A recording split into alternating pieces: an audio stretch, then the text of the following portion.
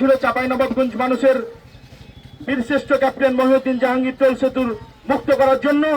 আজকে আমাদের যে দাবি নিয়ে আজকে আমরা মাঠে এসেছিলাম, ধন্যবাদ জানাই বাংলাদেশ সেনাবাহিনীকে। তারা আমাদের বর্তমান অবস্থায় অস্থায়ীভাবে তারা যতদিন আমাদের এই দেশ পরিচালনার জন্য এখন মাঠে আছে, সে কয়েকদিন শুধু আমাদের যে দাবি ছিল 2 চাকা এবং 3 চাকার যানবাহন মুক্ত, সেই দাবি সহ আজকে চাঁপাইনবাবগঞ্জ বীরশ্রেষ্ঠ ক্যাপ্টেন মহিউদ্দিন জাহাঙ্গীর সেতুতে সকল প্রকার যানবাহনের টোল মুক্ত করেছে। এবং আমি কিন্তু এজন্য আমি আমার সেনাবাহিনীর প্রতি আস্থার জায়গা থেকে চাঁপাইনবাবগঞ্জের মানুষকে শান্তি থাকার জন্য আহ্বান জানাচ্ছি।